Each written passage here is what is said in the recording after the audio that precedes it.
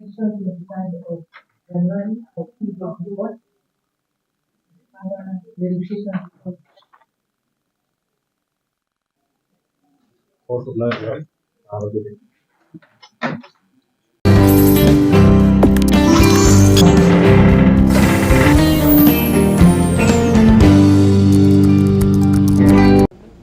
Hello guys and welcome back. As you can see, we're coming to you from the Makadara Law Court. So we were here for Brian Mwenda's bail ruling, right? Yeah, right. It was a bail ruling today, but the matter has been adjourned because the bail report was not ready as of today. So the ruling will be on the 23rd Of this month. That is on Tuesday. Yeah. And I think maybe it will be proper for us to get to know you first. Oh, my name is Alvin Kasaya, advocate of the High Court of Kenya, and I'm representing Brian Mwenda in this case. Brian Mwenda. Yeah. Yeah, my name is Sami Mudhomi, and I'm a friend of Brian. We schooled together at high school. Yeah, so I'm really supporting him to be bailed out. Yeah. All right. My name is Colin Sogutu. I was appearing in this case on behalf of the Law Society of Kenya. And based on what our fellow advocate has said, the matter was coming up for a bail ruling today. And pursuant to what has been submitted in court, Brian Mwenda, and our application, Brian Mwenda will stay in custody until the 23rd, when he will appear in court once again for purposes of reviewing the probation report and also for purposes of reviewing some documentation that was presented from the Directorate of Criminal Investigations, and also pursuant to our application that he stay in custody pending the verification of whether or not he is a flight risk. Yes. All right. Your name, please. Thank you. My name is Tali Israel Tali. I'm an advocate, a member of the Law Society of Kenya, and also representing the society in this matter. Just one comment on the case. It's all about justice, and we understand the wheels of justice roll. Sometimes they roll slowly, but what we need is that to see the wheels of justice rolling surely, so that there is fairness to everybody, the accused, the Law Society of Kenya, whose members are victims in this matter, and also to the prosecution side.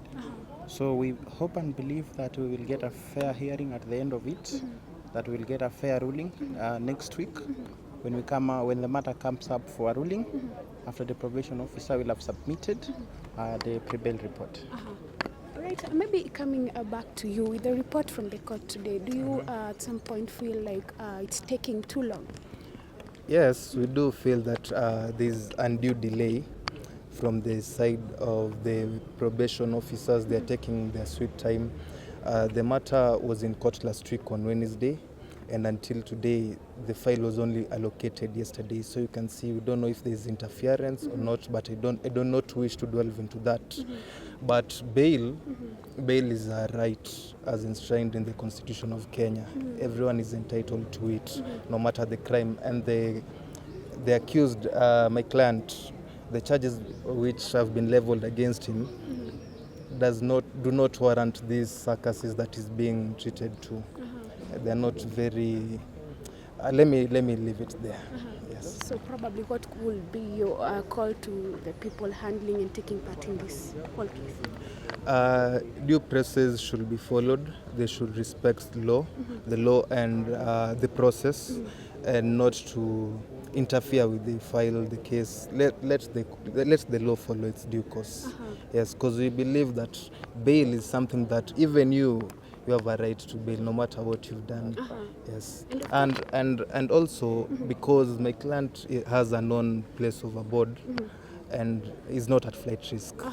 He doesn't even leave this country at all. Yeah. So last year we saw couple of friends coming up in support of Brian Mwenda. For example, former governor Nairobi County Mike Sonko. Hivi leo labda watu watataka kujua, je, mmezungumza naye, labda mbona hajafika hapa hivi leo? I do not wish to respond to that because that was another matter that was was brought before Milimani. Yep. This is a different matter. Ah. Yes, so there may be other advocates on record for that matter. Yeah. 5 and 6.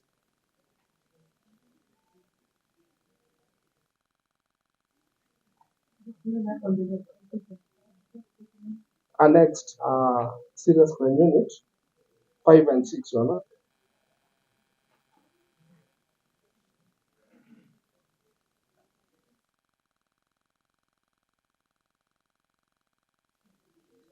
Yes, Your Honor, and on further observation, 4 of the purported issued receipts were written to one Brian Mwenda with an YAN, for house number 608. And Your Honor, it's thus not clear whether the respondent alleges to have been residing in the two houses at the same house.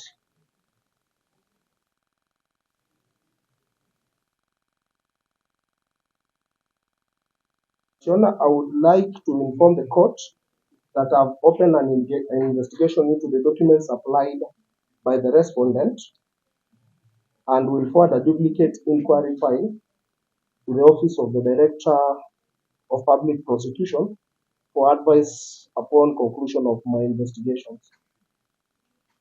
That is all, Your Honor.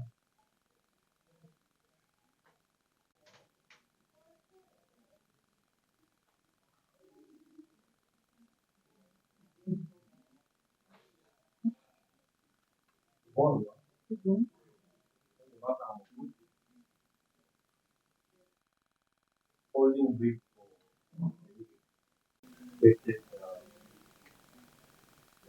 January 24.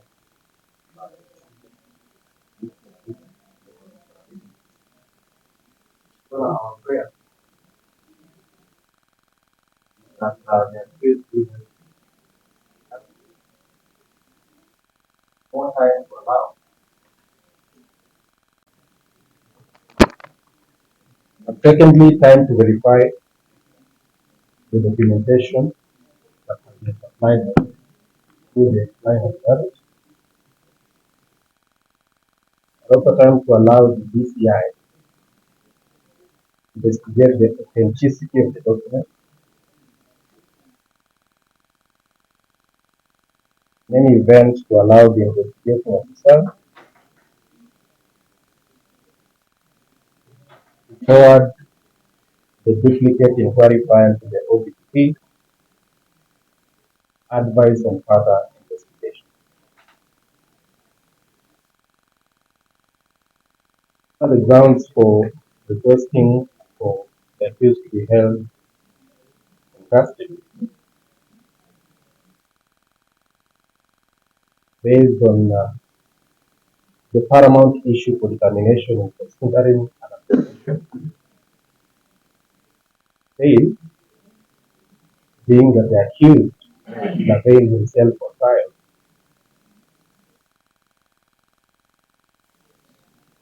Beyond as such, we request a court consideration of section 123A of the Criminal Procedure Code,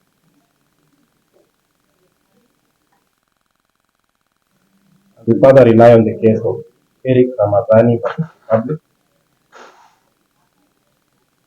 Linus Criminal Application number 61 of 2021,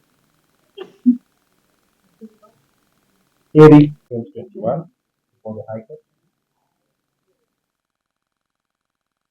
In this matter, the accused was denied bail on the grounds that he was affected.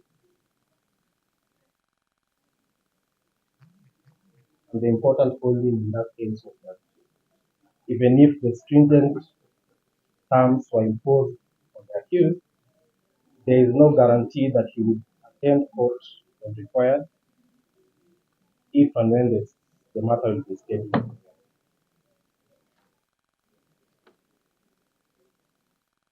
Beyond the same fact applies to this matter, and we pray that the same is applied.